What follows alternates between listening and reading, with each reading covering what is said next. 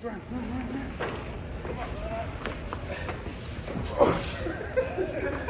Oh man, I was run you over. Yeah. Let me get up, bro. All right, guys, welcome back. We are here. Finally bringing back the IS300. It's been sitting for a while, but I think we're gonna start the build. So this will be, I guess, build day part one. And we'll see how far we can get. Let's get started. Where we left off is we changed out some cam seals. We did maintenance stuff because this thing was caked in oil. And just cleaned it up, I guess, really essentially getting it ready for the build. We just got to pull the header off now and start getting stuff ready to get turboed, put the front end back together too.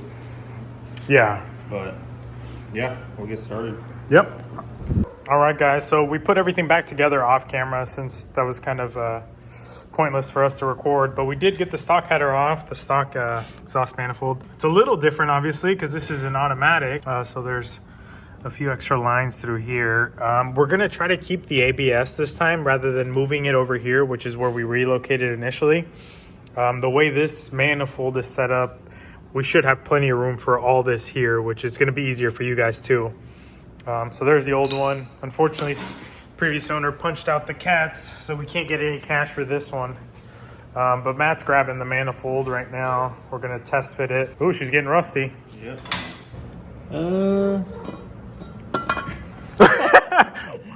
Wow, that's way off. Oh, that's like a port short. What the heck?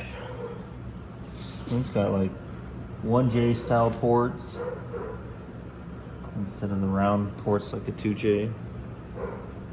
Oh, great. I guess we're gonna have to see if we can return that thing because we ordered this months ago. Yeah. Maybe we'll start working on something else other than that for now. It's not even close. You can see how much shorter it is.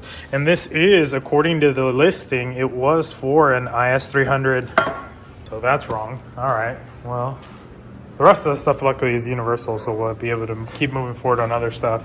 But I guess we'll wait on that. We'll just place an order on something new. So we didn't have this problem obviously on the last one because we had already relocated the ABS. But it is in the way for when you're going to tap the pan. So it's pretty easy. There's I think they're all 12s. And you've got one here, one here. Oh, that's one of my build videos out, dude. Oh, is it? Like do a hard.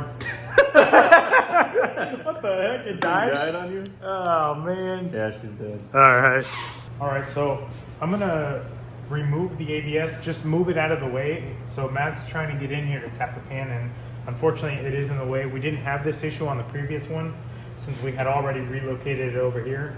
I think we're still okay with leaving it here. It's just you will need to get it out of the way. You pull that, push it down like that, and pushing it down forces the plug back out, so it'll back it out. And you'll be able to just pull it off.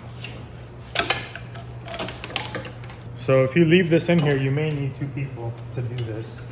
And just grab the bracket and pull away. Just make a mess of this freaking styrofoam. What? What's styrofoam? One. What are you talking about? You just shredded. Did I step on something? So I put a bunch of grease on there to catch most of the shavings. And like Abe said, we're gonna have to do an oil change anyways, but The less amount of crap you can get in there, the better. yeah. All right, guys. So we did get it tapped. That's the fitting right there. And then we obviously have the intake manifold off. All right, guys, we got the fuel rail ready to come out. Got 3 bolts. One's right under this little diaphragm, and then obviously the fuel feed line spot, or banjo bolt. So That's back there. we got one more injector to unplug, I guess, and then we're ready to try to wiggle it out. It does come out, it's just kind of a pain. There it is. Oh, there it is. We'll go ahead and show you guys how to decap them too. It's pretty simple. All right, guys, so decapping these is actually really easy. So just grab some pliers, and you're not gonna be able to salvage these. We tried with the other injectors on the other IS300, and as much as we tried to pry them carefully, they all broke. They're so old and hot and brittle from being in there. So all you're doing essentially is breaking them off. So you can either use something like this to pry them off, and there it went. So that's what the inside is going to look like. And that's all you need. And like I said, this is what's creating the seal, not anything on here. So 5 more to go. I was gonna do this, but you might damage the tip, so it's probably better just to slowly break it off with a clip like this. All right, we got the fuel rail ready to tap. What size bit are you using? 7/16. We're gonna tap it. Whoa! Tap it to 1/4 MPT. And we did 1/8 inch last time, and the only reason we changed it is just because that's what we got, not because it didn't work. This vice kind of sucks. And we are all the way through. Obviously, when you're doing this, be careful not to just jam all the way through. That's why Matt was barely putting pressure on there, so we don't damage the other side of the fuel rail.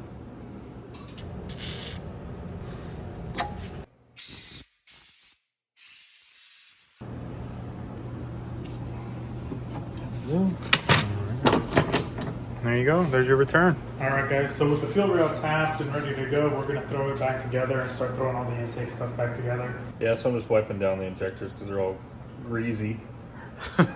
Like everything on that car. Yeah, they're all greasy, so just wiping them down with some WD-40. Then you could put a little bit of grease or something to put these in there. It just helps them not rip. All right, ready to go. So there's quite a few things that are going to be in the way. This butterfly here, or diaphragm, these hoses, this stuff here. So it might be a good idea to have 2 people, but if not, you can do it yourself. You just got to move everything at the same time. So that little diaphragm there has got a vacuum line, and luckily Matt remembered, but he's zip tying it right now underneath because it goes underneath this thing. And once you pull it off, it's just going to be loose. So either change it out to a new vacuum line or zip tie it like he's doing. All right. Well, once we get our manifold, we can throw that on and then put this throttle body stuff back together. Yeah. For now, we'll just leave that off and work on getting the intercooler mounted.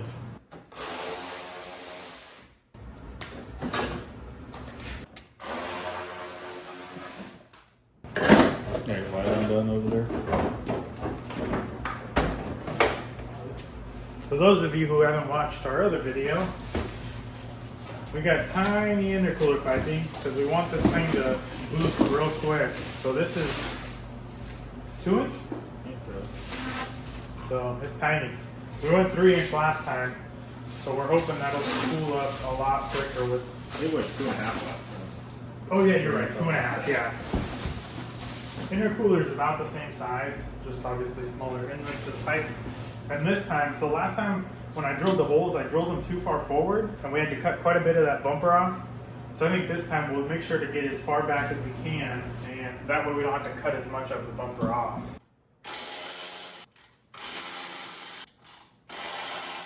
Why did we remove it? Had to cut the crap out of it. Abe does a lot of drugs, so he doesn't remember anything he does. Well, how could you if it just erased your memory? That's not how it works. Now, how do you know how it works? Knock it off. Don't listen to anything Matt says, it's crazy. So, since my memory wasn't erased, we're cutting 2 fins. So essentially the bottom fin, and then this top fin here. There should be 4 total, I think. Yeah, so we cut up to this top one here, and just big enough for the intercooler to fit in. That way it was pulled up off the ground. All right, so here it is. It's all cut up, ready to go. These are going to be easier with the Sawzall. I did cut it with the grinder, just the face of it here, and then you have to finish it off with the Sawzall because your blade's not going to be long enough to reach all the way in to cut this fin in here. All right, we're doing a test fit here. And it looks like we did push the intercooler far enough back that it just doesn't touch. We are gonna still cut this little plastic, like the honeycomb thing, out, but we're not gonna have the same issue we did on the other one where I had to cut into the bumper. So we just want to do it for reveal on the intercooler. But yeah, if you guys do the same, push it far enough back, you won't have to cut up your bumper like that. So we're just gonna test fit this, and then we're gonna check the intercooler piping here so we can do the hole saw over there for the intercooler piping, which is just right here. So I guess we'll move on to that. Perfect hole. She's round. Alright.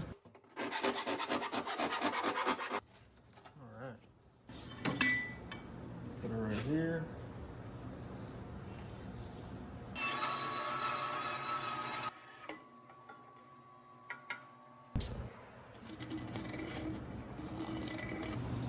This one will go right here once we get that coupler. And then we're gonna do a 90 coupler up through that hole. And then probably 45 up to the throttle body. It'd be easier if we had something to hold it there. Right there, like that. We might need that 90 here. I don't see what the throttle body looks like here. You got a straight, you said, and then a 45. Shoot, we probably should have 45 coupler. All right, guys, I think we're about gonna wrap up now. So Matt did get this thing welded up, obviously. We're waiting on couplers. Manifold was wrong. So that's a GTE manifold, and it was advertised for a GE head, so that's incorrect.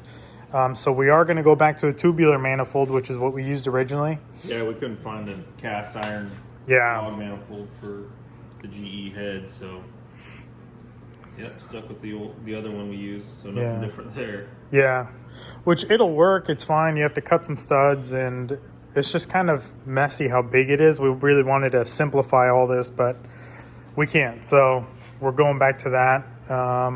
But yeah, once we get all the next part or the rest of the parts, then we'll continue on the build. Yeah. We'll catch you on the next one. See you guys.